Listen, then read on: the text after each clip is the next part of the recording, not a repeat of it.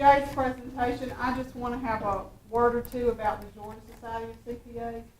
The refreshments are provided by the Educational Foundation of the Georgia Society of CPAs, and they do this for each of the educational institutions in Georgia that's interested.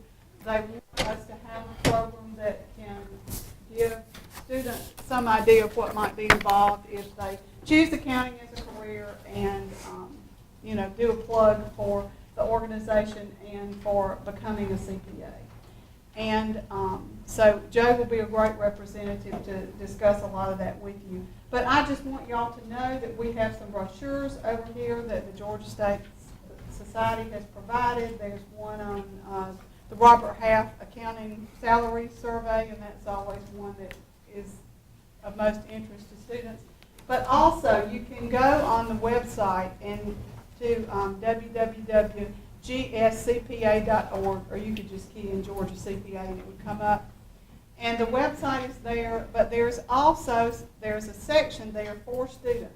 And you might find that interesting. There's a student membership. It might not be a bad thing to do.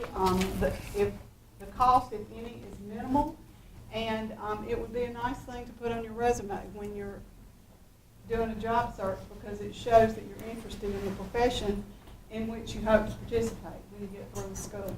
I know for my intermediate accounting class, I have had them join the student section of the AICPA, and there's no cost for that. So there's a lot of resources out there. There's things out there about finding an internship, about interviewing for jobs.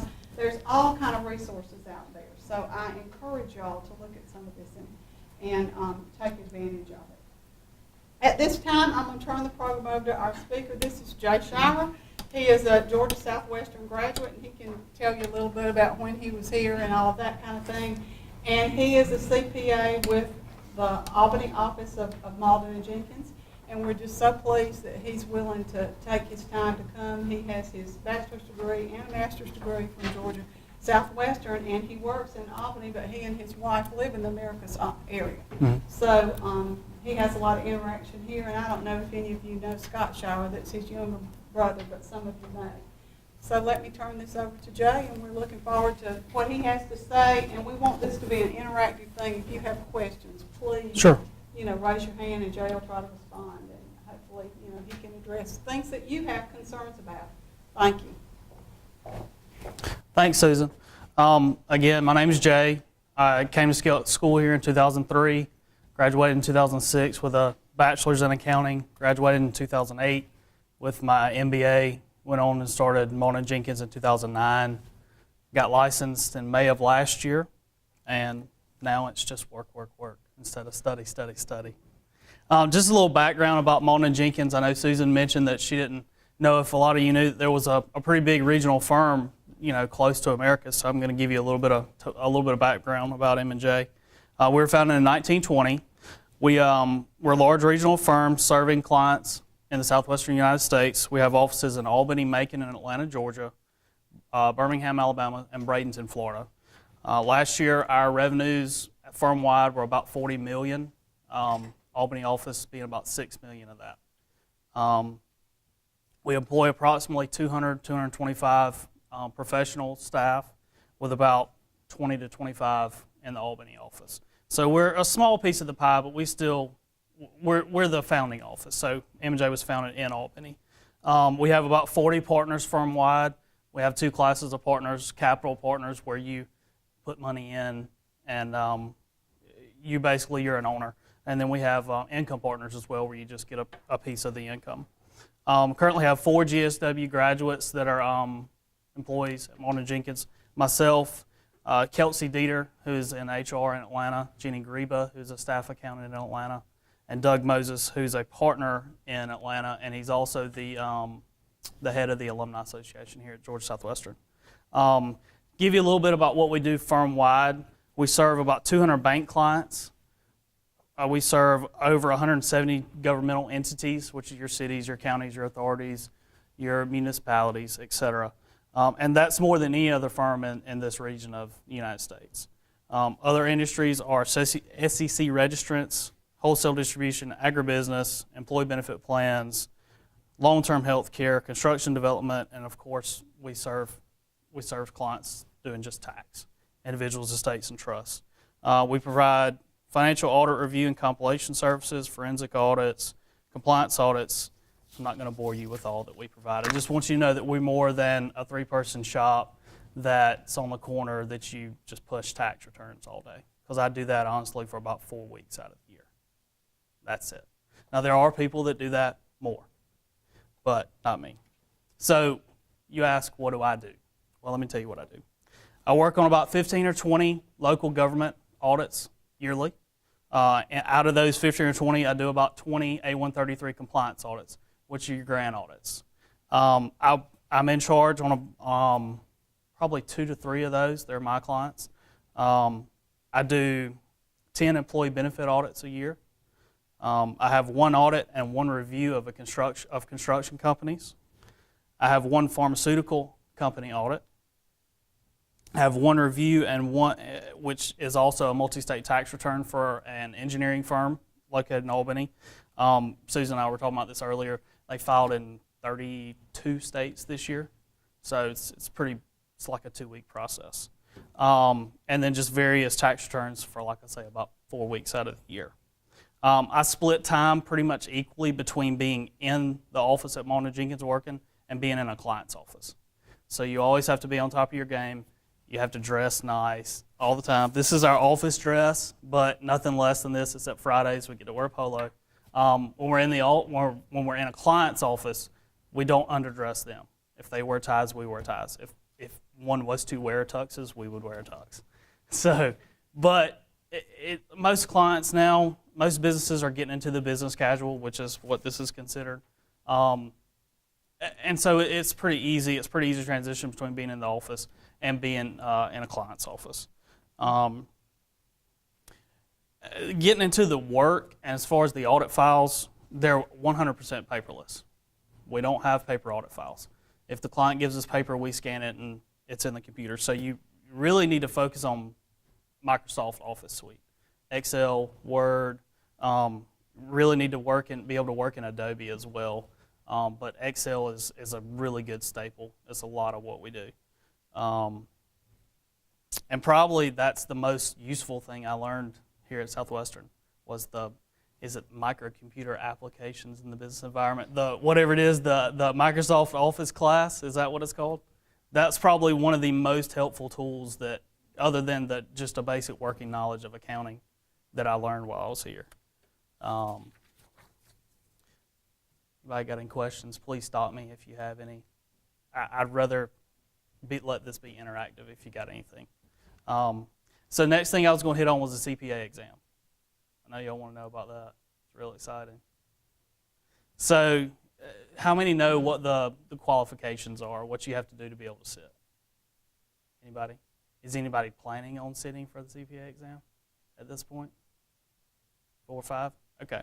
All right, so you got to have 150 semester hours to be able to even sit, which is, a bachelor's is 120 hours, so you got to have a bachelor's in accounting plus an extra 30 hours over introductory accounting 1 and 2.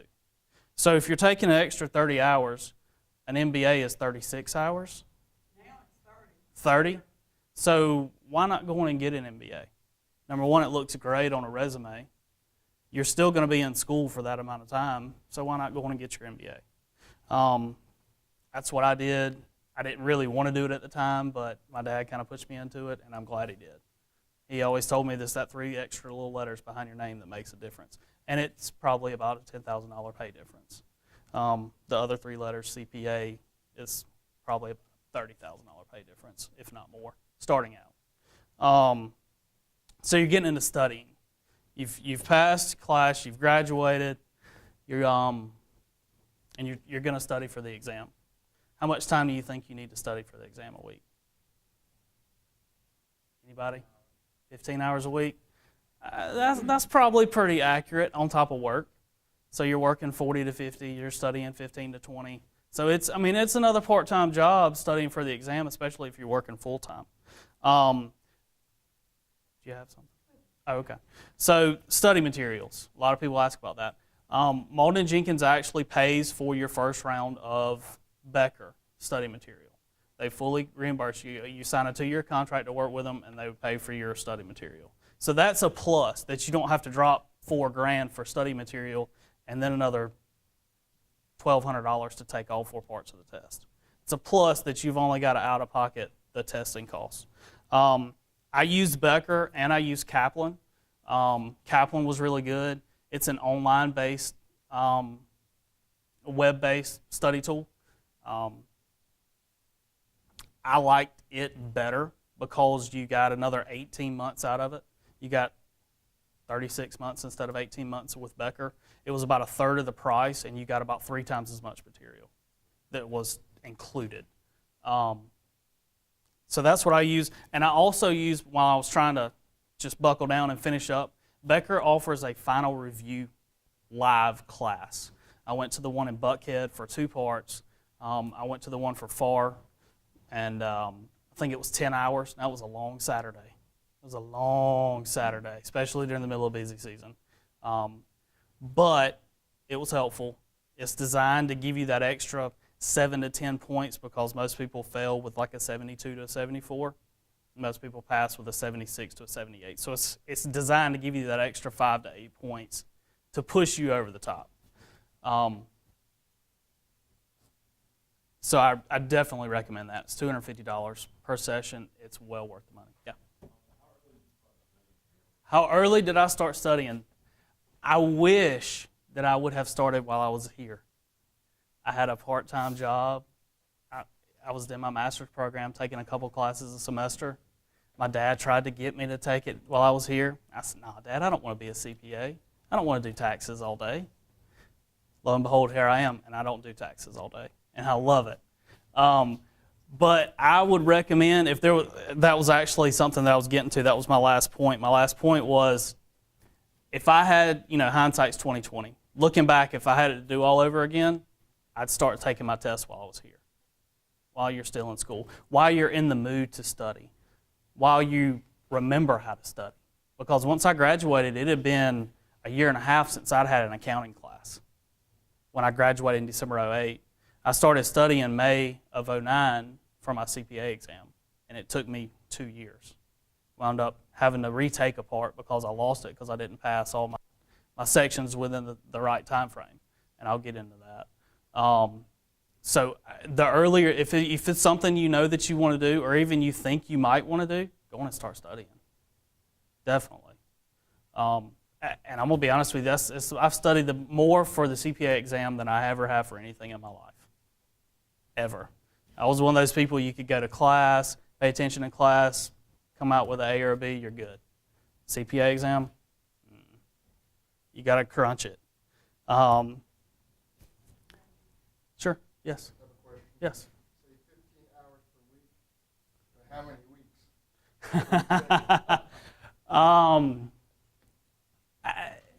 A lot. So you want I started taking tests in May of '09, and I'm probably not the greatest example because I just got married, just bought a house, trying to work and all this stuff too, plus trying to relearn accounting at the same time. So I'm probably not the greatest. But I started studying in May of '09, and I got licensed. I found out I passed my last part May of last year in 12, so it took me a full 3 years. And it was a hard time. It's discouraging when you fail, but you just gotta pick it up and keep going. is it like a month or 2 months? For one exam, all right. The way the exams worked, you can take your tests. Was it 9 months out of the year? You can take the test 2 months out of every quarter. So January, February, April, May, July, August, October, November. Those are all months that you can test in. March, June, September, December are called black months. There's no testing. So if you're taking, let's say you're taking FAR at the end of January, you might want to start studying about Halloween.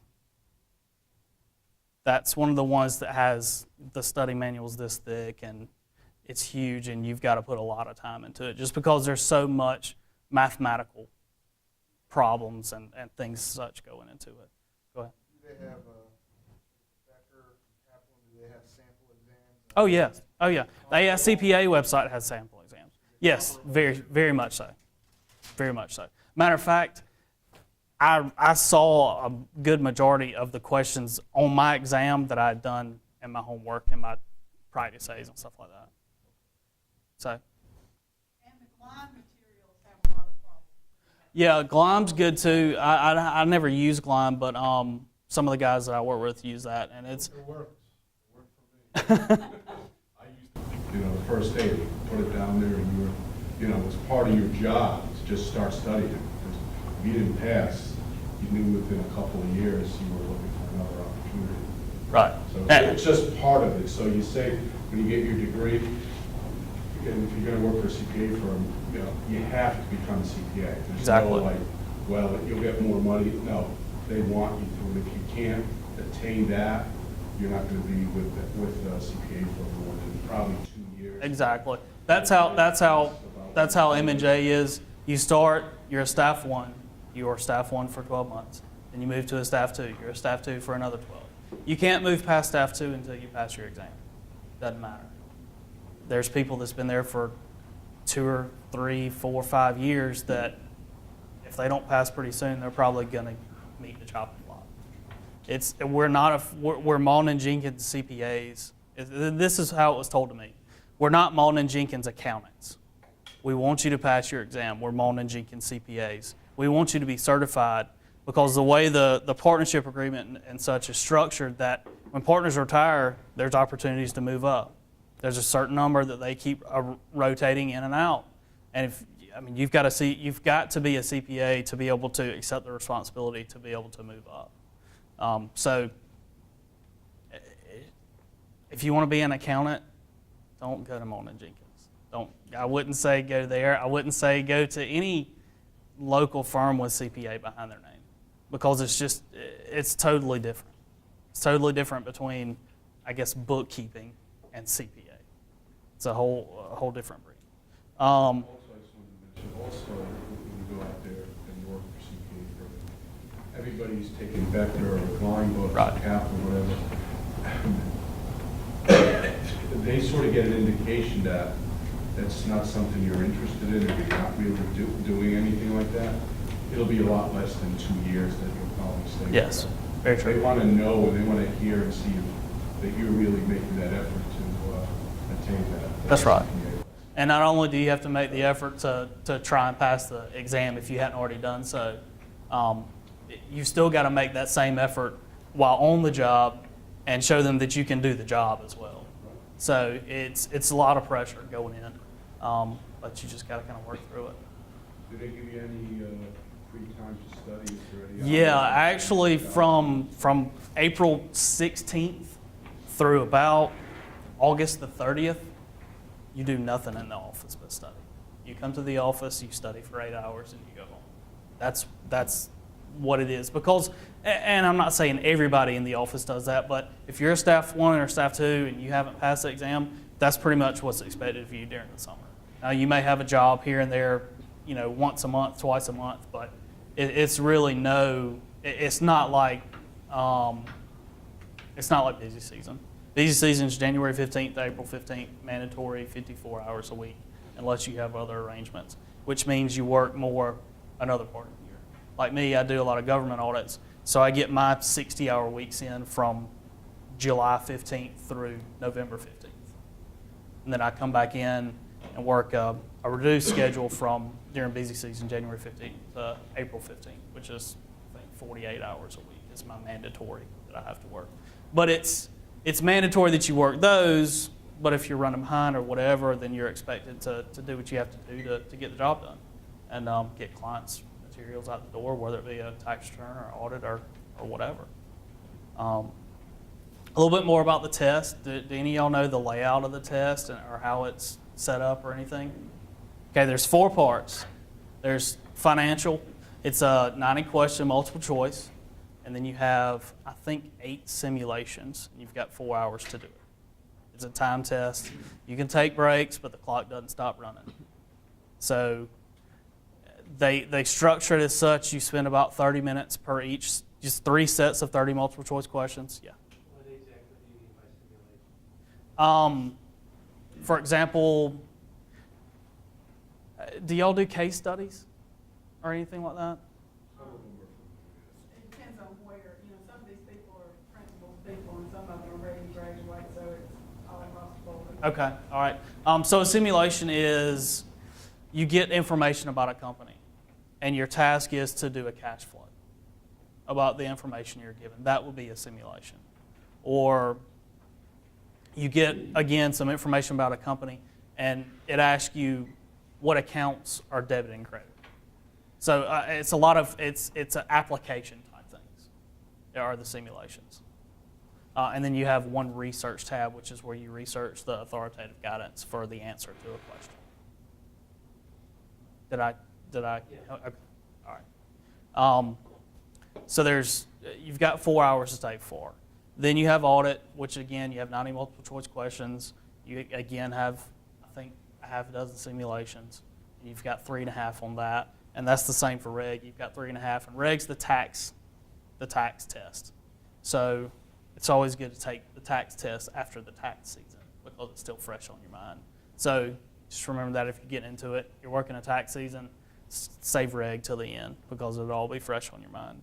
And then you've got business environment and concepts, which is what I like to call the hodgepodge. It's everything else that's not financial accounting, audit, or regulation. Cost accounting, economics, IT. They want you to know IT now. So you have to know IT terms and all that kind of stuff because we have to do internal control documentation on our clients' IT structures. And also ethics. Questions? Anybody? I feel like I'm just talking a lot, not getting a lot of response. How Yeah. much did your experience as an accountant help you with the CPA exam? A lot, actually.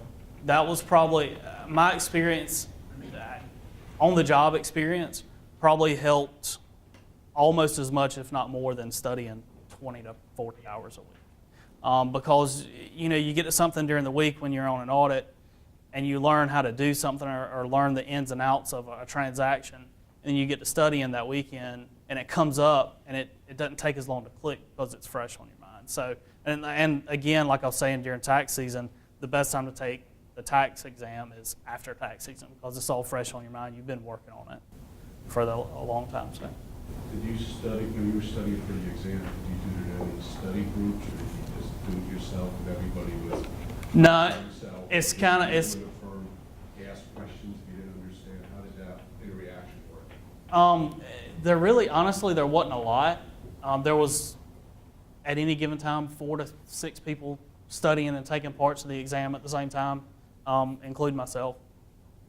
And now you have the freedom to pick and choose when you take what exams. You don't have to, like you, and I know when Susan took the exam, you didn't have to take all 4 parts at one time anymore. You don't have to do that.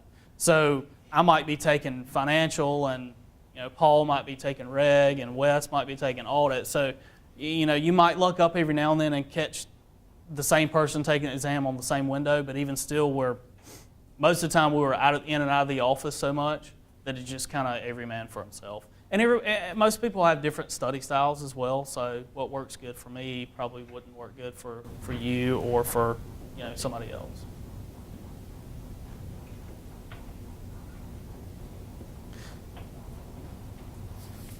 How long does it take you to get your grade, get your score? Okay, the grading process, that has changed drastically over the past, 18 months. It used to be you had to wait until the end of the window to get your grade. So if you took your test at the beginning of January, you wouldn't get a grade until mid-March.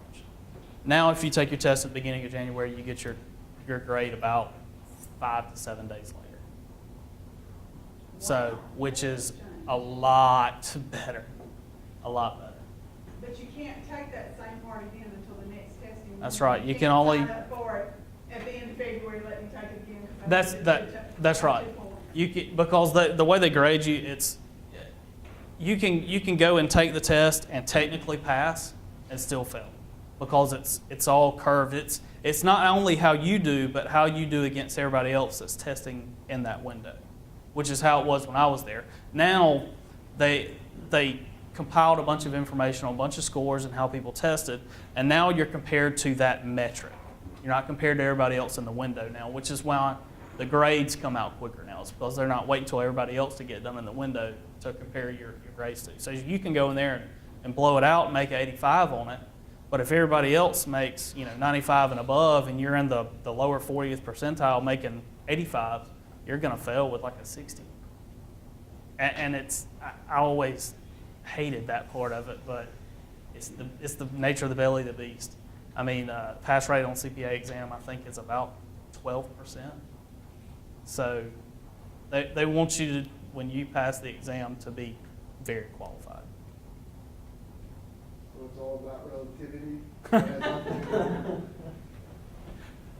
You can't go in there and make a 60 and still pass. Is that, if that's what you're thinking? No. On my curve up, so everyone's Right. 100 and, Right. There's different mindsets too on where you take the exam, meaning what state you take the exam. Right. Different states have different pass rates and different things like that too. Right. So there's some people that, I've heard, rather take the test in Alabama or Mississippi, than in Georgia. I actually haven't heard that. So I don't know how true that is, but I've heard that. Why don't you share? How did you celebrate, or how did you? how did you like find out right there and then, and then it was let's see. Last year, I've got a buddy's birthday that's Cinco de Mayo. It was his 30th birthday, and we were on the way over on a Friday night to set up for the next day. We're throwing ribs and Boston butt on the smoker and all that the next day for his birthday.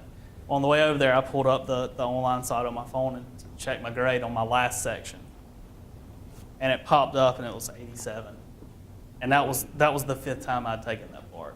So I was so pumped that I got that. And do they still say that? They would say more? I wanted to make sure that it was in the bag. So yeah, I probably understudied a little bit the first 4, but I made sure I made up for it that time. So it was about an 18-hour, have a lot of fun, play really hard. And that's a motto at Malden and Jenkins is, we work hard, but we play hard too. How did you choose Malden and Jenkins? Actually, I kind of fell into it, to be honest with you. I was working here at a local bank and got done with my master's and decided I wanted to stay around here, and they didn't have anything open at the time, and was out at Floyd's actually, and some friends from Atlanta were down, Kelsey, that works up in Atlanta, and got talking to her, and she said, "Hey, are you looking for a job?" I said, "Yeah." She said, "Well, send me your resume. You want to be in Albany?" I said, "Yeah, I think I want to stay around here," and it just kind of fell into place after that. So at that point, I knew that I had to start studying for the exam. So I didn't see myself doing it because, like I said, I didn't want to be one of those, and nothing against you, Susan. I know you did tax for a long time, but I didn't want to just do tax. Somebody has to audit, and I'm glad it was. So I'm in clients' offices a lot. You have to be personable. Can't be afraid. If you're shy, you're not going to be an auditor. I've seen 4 or 5 people come and go over the past couple of years because they couldn't handle it. So. I mean, what you're starting to say, I think, is really, really important also. Communication is Exactly. as important than what I call the book smart, to be able to read the chapter and, throw it back on an exam and get 99s all the time. If you can't communicate, Exactly. it's going to be very difficult to progress in CPA. That's exactly right. And not only communicate with clients, but you have to be able to communicate with other people you're working for, or working with, or people that are working for you. Because when you get up to senior, what I am, or supervisor, which is the next level up, you have staff working for you on jobs, on engagements. And so you have to be able to communicate to them what you want done and how to do it if they don't know. You have to be a good teacher to them, but you also have to be able to communicate with the client about the issues you find, if there are any. And you have to be able to communicate with the partner, the manager, or the partner on the job, what the issues are and how you're going to work through them. So communication is really key in what we do. And when I think about careers in accounting, right now, sort of fell into tax through a chain of events. You know, I did the audit stuff when I did my master's at Georgia. But I think what you really have to think about is that audit function, that attest function is the one thing that we do that everybody else can't do. You know, all these other people can prepare tax returns, these financial planners can do a lot of this kind of thing. But at this point in time, that audit function is reserved for certified public accountants. And I know when my son, who's 33, was discussing what he was going to do, you know, we very much had that conversation, you know, that he would probably have a faster career path if he was on the audit track than he would if he was in a tax track. Exactly. And then he would have a type of exposure that is more applicable to other things if he chooses to leave public accounting. But, you know, everybody has to decide for themselves, and I think a lot of it is it's a personality issue, not so much your personality, but the personalities of the people that you work with when you first come to work. Exactly. If the person that's a partner or supervisor or whatever in the tax area really helps their folks along and really spends time with them, it's very easy to naturally gravitate to that. And if maybe the audit partner I worked with, all they cared about was, you know, what's the time? Can I bill it off? You know, that was the only discussion, you know, didn't anything else. How much am I going to have to write up? To me, you know, at that stage of the game, it wasn't my interest. And I had a good tax teacher as a manager when I was first starting, and that was how I got interested in tax. And then once you've started something, you usually like what you're familiar with. Exactly. And so, you know, you don't see many people that work in public accounting for 10 years and then suddenly change to another aspect. Usually by the time you've been there 3 or 4 years, you sort of get settled into a direction. Right. And when I first started, for the first 2.5 years, I did a little bit of everything. I went on some bank audits, further stuff. I mean, and you wouldn't think that Albany services a wide area for clients. I went on bank audits in Hilton Head that are Albany clients. I went on bank audits in Jacksonville that are Albany clients. I went on bank audits in Destin that are Albany clients, Destin, Fort Walton. So we have a pretty wide area. When you get into the governmental clients, our Albany office piece of the pie is a little bit smaller because right up the road at Macon, that's their bread and butter. That's about 70% of what they do in Macon is governmental audits. So it's a little bit smaller, and it varies from office to office. We just, a year and a half ago, picked up an office in Bradenton, Florida. And they have a large tax practice. And it's really opened the door for us as far as having a Florida market. And the weather's beautiful down there all the time, unless there's a storm in the Gulf. Yeah. Do you have a question? Okay. So you're probably wondering what you should do now to prepare you for a job, maybe a job interview. Is that right? Okay. Do an internship somewhere, whether it's a CPA firm, at Perry Brothers in the accounting department. Get some accounting experience to put on your resume. I've always been told, and it's always been my philosophy, if you've done it once, you can put it on a resume. So do an internship. Because you've done it, get some experience, and it looks great on a resume. Anybody Greek? Anybody Greek in here? Just 2 of you? 3 of you? Okay. Are you in any type of leadership role? We have been. The treasurer. Great. That's awesome. Put it on your resume. That looks great because it shows a potential employer that you can take that leadership responsibility and succeed. I commend you all for being here tonight, and I assume everybody's part of the accounting club, the accounting society, whatever you call it. If not, join. Seek a leadership role. Even if you're a little worried about it, seek a leadership role because it looks great on a resume. And it looks great that, hey, he's got an internship, he was in the accounting society, he was the president. It looks better because, and the point that I'm getting to is that out of Georgia Southwestern, you're not just, if you're going to get a job at Mona Jenkins in Albany, you're not competing against people within a 30 to 50 mile radius of you. We recruit from Auburn, we recruit from UGA, Valdosta, University of Florida, Georgia Southern. We recruit from big schools too, so you may not have the classes on your resume as far as what some of the other schools might offer as far as differential classes.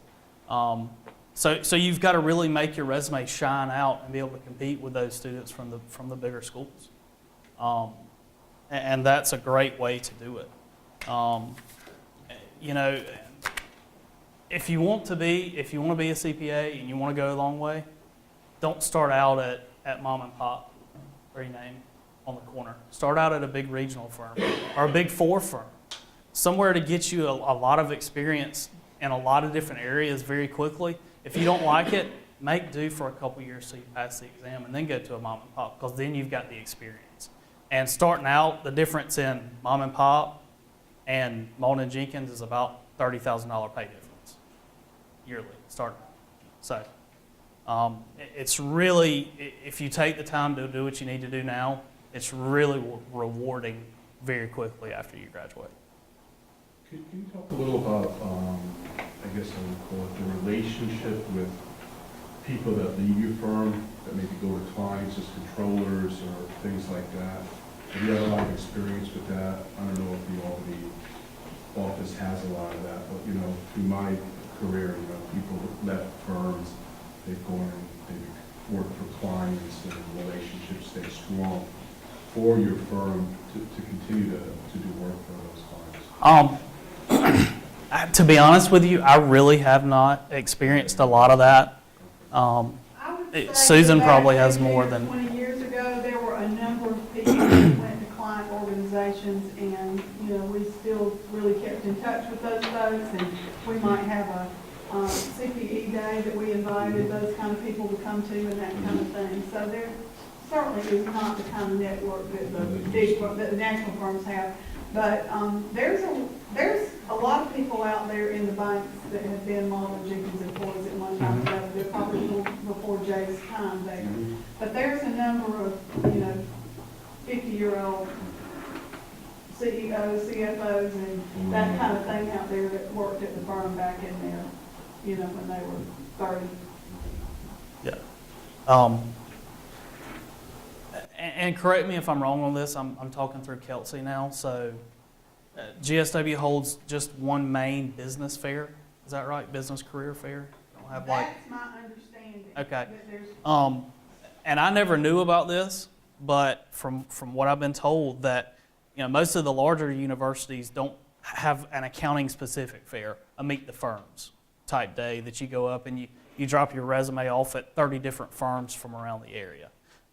Since GSW doesn't have that, you can go through career services and you can actually be able to attend those other schools' accounting specific fairs for free, if anybody's interested in that. I thought that was cool. I never knew that while I was in school, so I figured I would share that with you guys. And a few years ago, we had some students that went to some kind of accounting recruiting thing.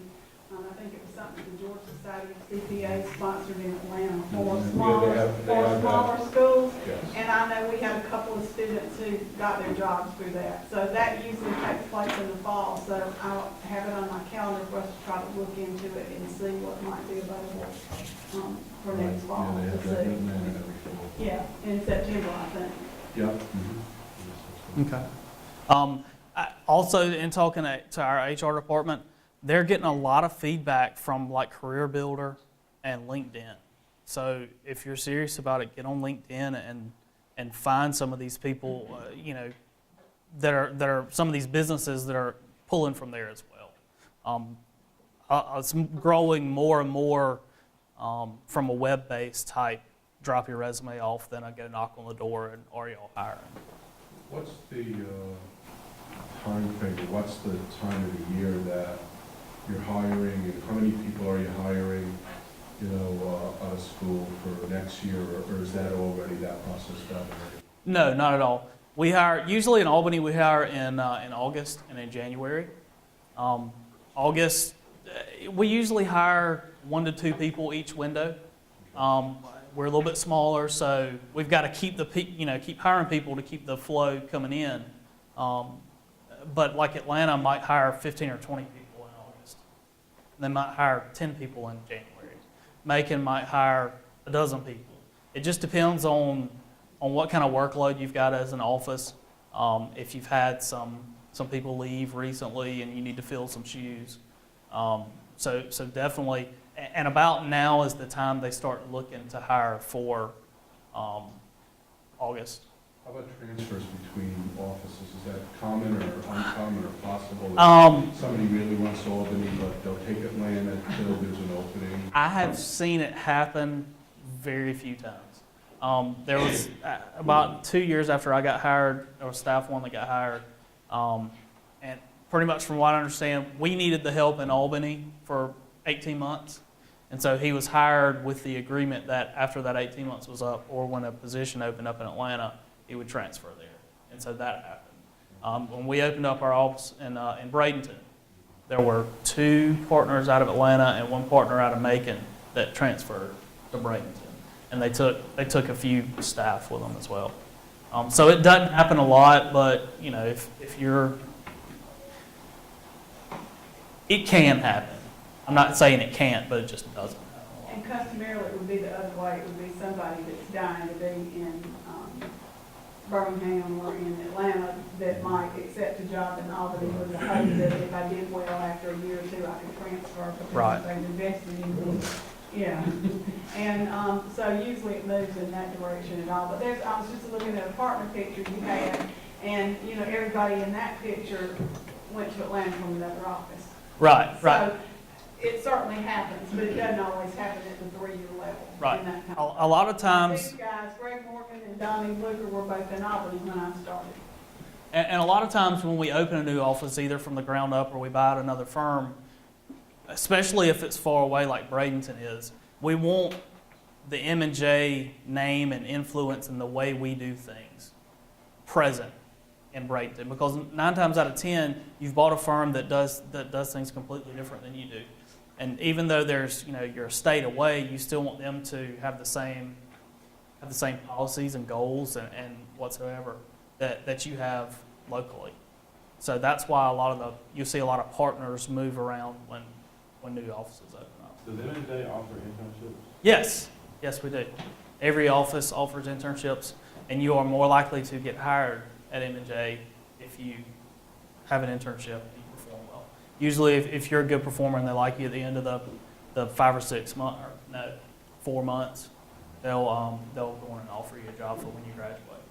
So that way, you've got a job secured. If you're a junior or a senior, second semester junior or first semester senior, and you're doing an internship at M&J, when you get done, you might have 6 or 8 months of school left, but you've already secured yourself a job for when you get done. So You just apply online, or you can do it online if you. It's just mjcpa.com, and I think the way you do it is you come up, same hiring procedures. So you just go through the same resume submission as you would if you were looking for it. so it's like a part-time job? No, it's full time. It's usually our Albany office internship is during busy season because we need the extra help, and that's the best time for interns to get the most broad working knowledge of the ins and outs of what people like me do every day. So you work from basically the spring semester. Second week in January through about April 15th is your work, but it's 40 to 50 hours a week, and you get paid hourly, and So so pretty much you got to you can't go to school. Right? no. The firm They- doesn't want you to be taking courses and doing it. Exactly. If you They do want it- you to focus on that. Right. You want them, that to be your full-time Right. thing. So You there won't- have been people that instead of graduating in the spring have done an internship and then taken their last courses in the summer. Right. Graduating 3 months later means nothing when you're talking about getting a good job or not getting. Exactly. I mean, when if it's 3 months later and you're talking about a $30,000 to $40,000 pay difference, it's worth Well it. worth it. It's worth it. I think it would be very beneficial. Oh, I do too. And because a lot of the people that we're hiring now are coming out of the UGAs and the Georgia Southerns who have that program, which is basically is the Becker Review course as part of their elective in their master's program, and they're getting hired on day one, and their CPA less the 12 months experience they've got to have.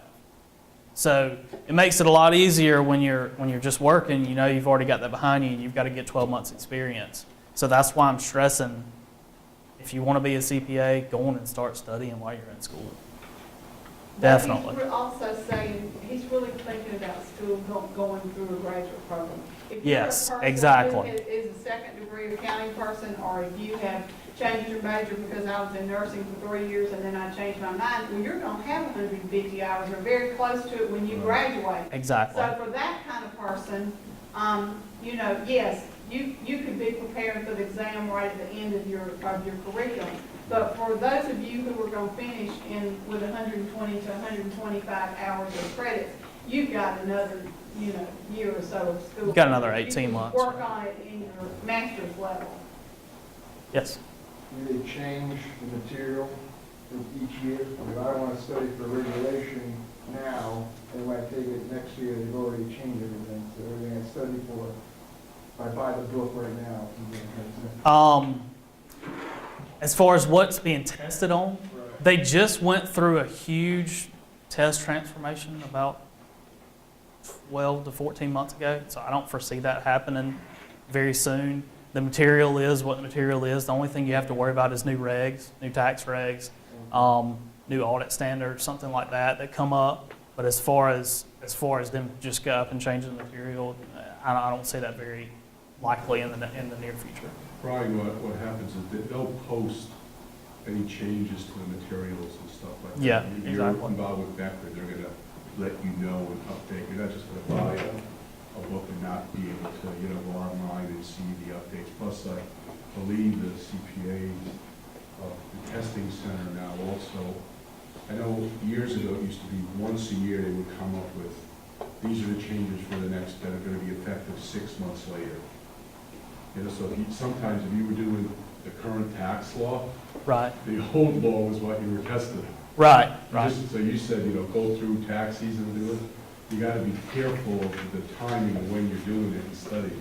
Well, it's like for tax season, it's on a calendar year basis. So, Right. so if you got, you know, if you were going through tax season, yeah, you were on last year's. 9 times out of 10, from what you're tested on, Right. there aren't an abundance of changes Right. in what you just did in tax season and what you're tested on, even if it is, you know, 2012 taxes you're working on in 2013 study. But you'll get information on that. Yeah. You're not gonna be blindsided on stuff that you're not aware of. And if you have Becker, let's say right now that you got Becker and you got all 4 sections of the Becker review, and you get to the end of the year and you hadn't taken reg. Well, you've got 18 months from when you activate your Becker study software to pass all the exams, and it automatically cuts off. And when I mean it cuts off, I mean it cuts off. There is no joke. There is no, we'll give you another 30 minutes. There is no, you can buy an extra, 1,000 hours. $200 Yeah, extension, there is none of that. When you hit go, you've literally got 18 months. And that nth hour at that 18 months later, it cuts off. But what I'm getting at is if you hadn't started an exam for the next year, if you have and you hadn't passed an exam into the next calendar year, they will send you the new updated information for free.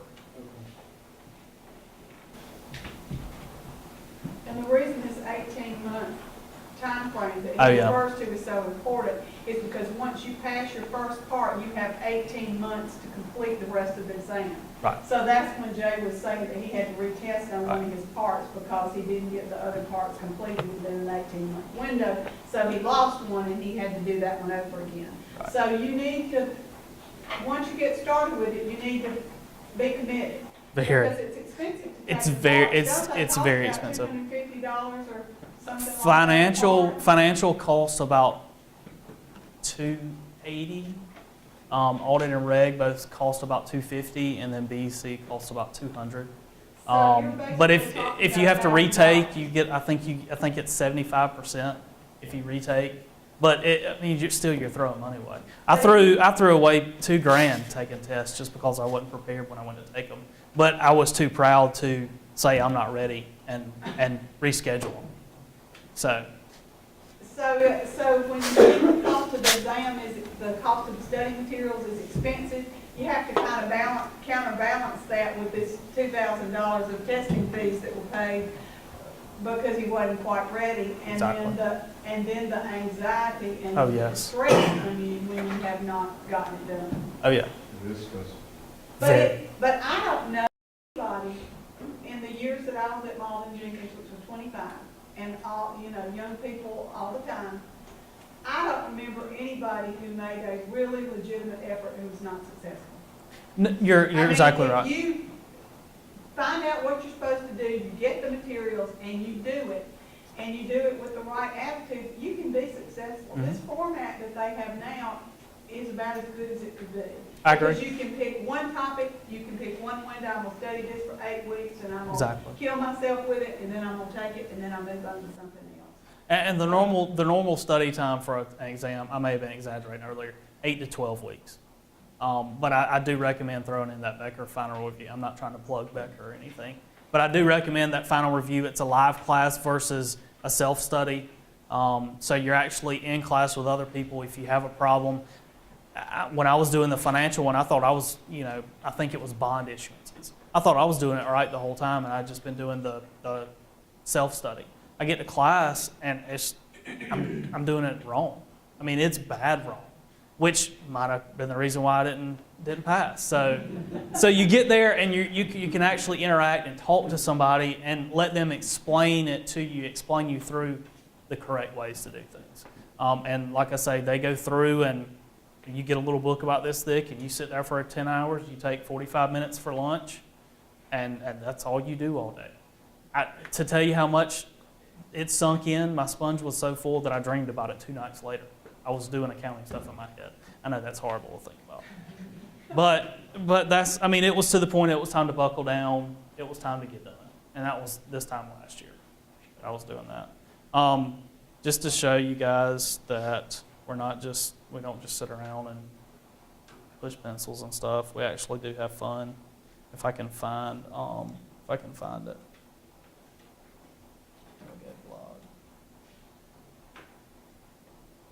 Oh, and we do give out scholarships too through the GSCPA.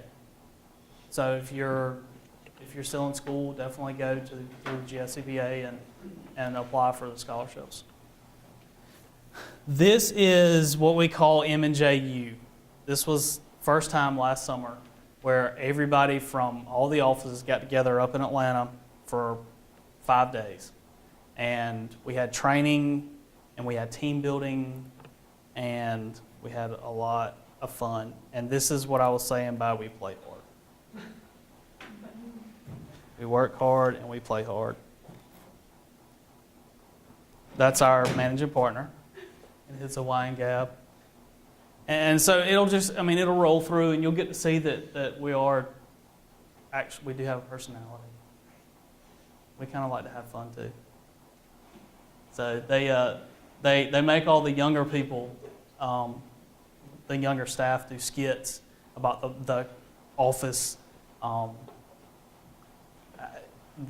the word I'm looking for?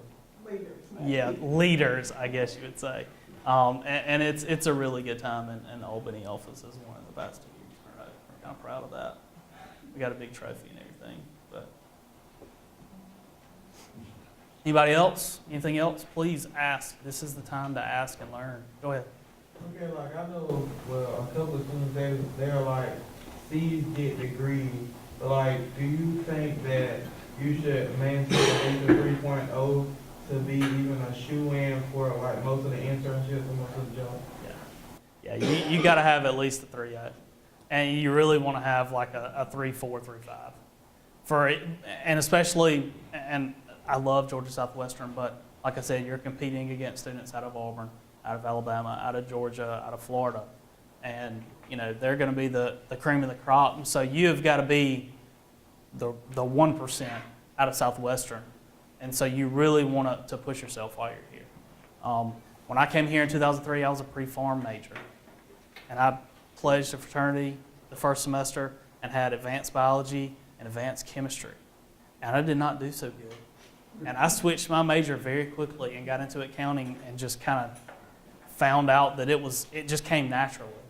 And I did well in it. It wasn't as hard for me as the science track was. So when you're good at something and it comes naturally, you naturally tend to do better. But yeah, definitely 3.0, 3.5 to make yourself stand out. What have you found from when you started, the most difficult part of, from being a student to now working full-time in the CPA firm? Time management, probably. As far as studying and working as well, probably I would say time management. If you can't manage your time, you're going to be lost. And it was really hard when I was studying. Like I say, I just got married. So if I was studying, I felt like I should be spending time with my wife or studying. If I was studying, I felt like I should be spending time with my wife or working. If I was spending time with my wife, I felt like I should be studying or working. So it's a catch-22, whatever you're doing. So you've got to be able to know that I go to work from these hours and I'll leave it if I've got to study. And I go home and I spend some time with whoever or have some me time. And then for X, I study. And so the more you can manage your time well, the easier it'll be to fit all of it into a 20-hour day. Because that's what it feels like they are, 20 hours, not 24. Would you say that there's a difference in getting your master's in business administration or master's in accounting? I mean, There is. I wanted to go and get my MAC, go to Florida State and get my MAC, but the out-of-state tuition was crazy high. And I liked it in America, so I liked it here. I knew all the teachers. And so I wanted to say, but yes, that you get a much deeper working knowledge of accounting, I believe, with a MAC than you do an MBA. Because honestly, the MBA program, I don't know if the curriculum has changed for the program, but I had an internship and an advanced cost accounting class when I did my MBA, so an extra 2 accounting classes is really what I had. And there are. And like you guys were saying, if you want to be the CPA, the auditor, the tax accountant, what I do, go and get your MAC. Go somewhere and get your MAC. Get that extra foundation for accounting. But if you're not sure, if you like accounting, if you're good at it, but you were like me, you're not sure if that's really what you wanted to do, still go take your exam. But when you're in college, take a wide breadth of business classes, because once you pass your exam, you can do anything. And people will hire you to do anything. Chief operations officer, CEOs, you can be an accountant. I mean, it's limitless what you can do as a CPA and where it can take you. I had a real good friend of mine that he's from here that worked up in the Atlanta office. Doesn't work there anymore. He just started a new job on Monday at a finance company up in Atlanta. They gave him an offer. I mean, he was on partner track very quickly, and they gave him an offer he couldn't refuse, which is a pretty good bit to pull you away from partner track at MJ, because it's very rewarding. You're coming, and this has been a lot of good information. And we do have a little portfolio that we wanted to give Well, thank you. remind you of where you grew up. Well, thank you. I appreciate that. And, thank y'all for coming. We appreciate your interest. Thank you, Jay. You're welcome. Please have something to eat. And if anybody's got any other questions they didn't want to talk about out loud, or just want to have a one-on-one, I don't mind sticking around if you've got anything you want to talk about.